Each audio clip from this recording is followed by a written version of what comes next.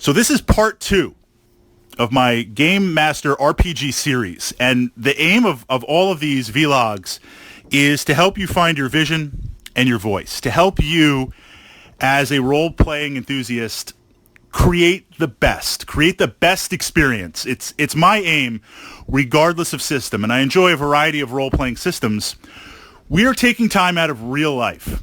We are taking time out of our reality, which is full of responsibilities. Family, school, work, other obligations. So it's my feeling, whether I'm a player or I'm running a game, let's create something magical. Let's step outside of space and time. Let's stand before the very gods themselves and steal fire from heaven. That's my ambition. Doesn't always quite work out, but that's the enthusiasm that I want to connect in the game. As a game master, we're looking, and this is the ultimate goal of these vlogs that we're going to be building up to. So if you're coming to part 2, these are all independent, but they are going to try, and I'm going to do my best to follow a sequence.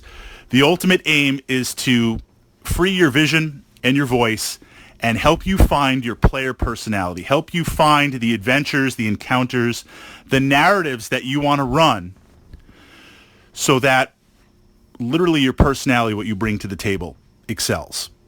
So part 2, looking at the rules.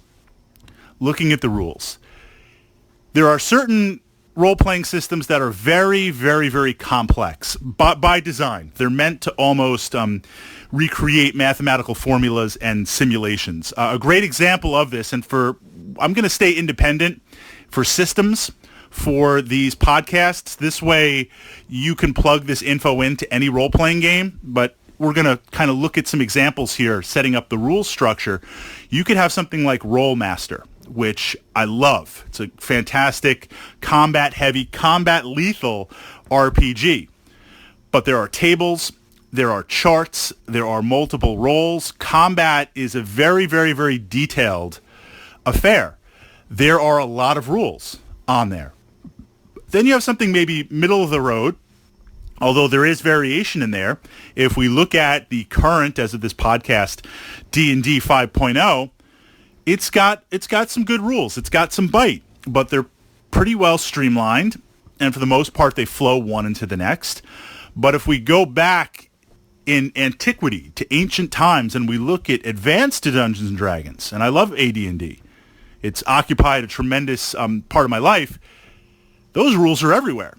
You know, THAC0, tons of tables to look up, poison effects, monster effects, treasure types, generating experience, different experience levels for different classes, like it's rule after rule after rule.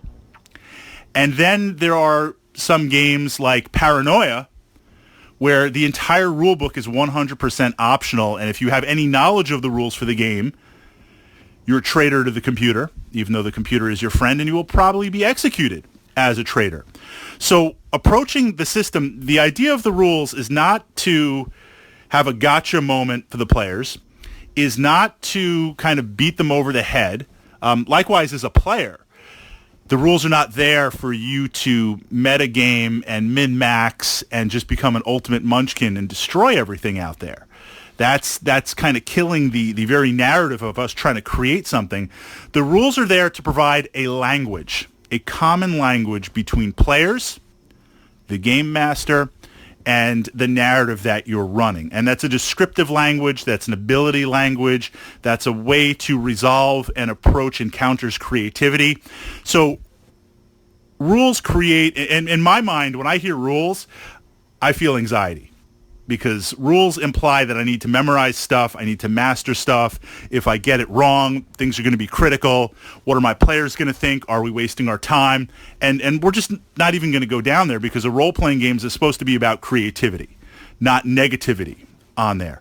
So challenge that reality tunnel, and let's replace rules with facilitation of communication. Ways to bind and create an adventure. But where do we start?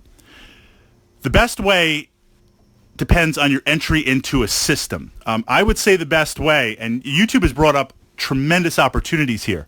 Let's say you're going to get involved in whatever role-playing system you're starting from scratch.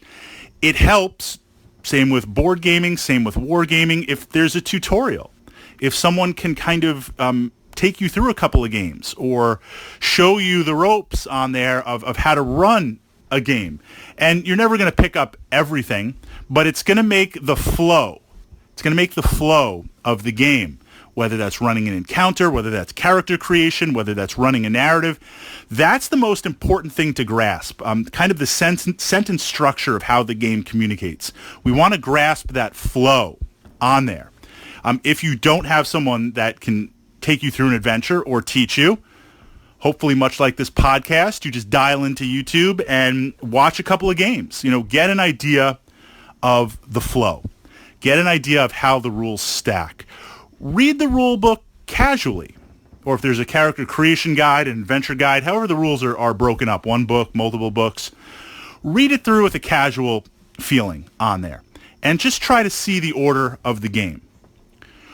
From there, once you're comfortable, we're almost ready to run our first adventure. That's going to be part 3.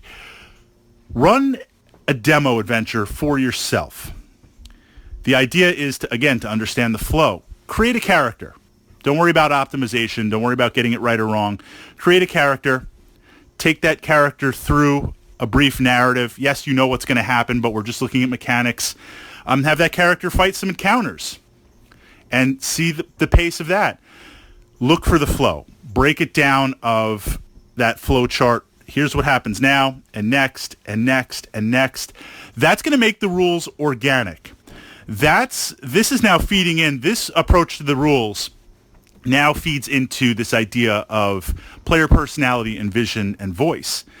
If you understand the flow of the rules, then when things get sidetracked a little bit, when things get a little nebulous, which they will on there, you can grasp and hold on to that momentum and make a decision, look it up, carry on to the next. You won't become paralyzed in that moment. Okay, my players want to do this, and they cast this ability. I have no idea what that ability does. What do I do? Where do I look it up? How do I resolve it? We want to prevent that paralysis as best we can. If you understand the flow, then you can make a decision on it. You can push it in a certain area. That's how I would say and recommend approaching the rules. And of course, over time, more and more you'll become familiar, the drill down, the very, very specific points. And ultimately, if you have to, there is nothing wrong with looking something up. There is absolutely nothing wrong with interpreting a rule and making a decision.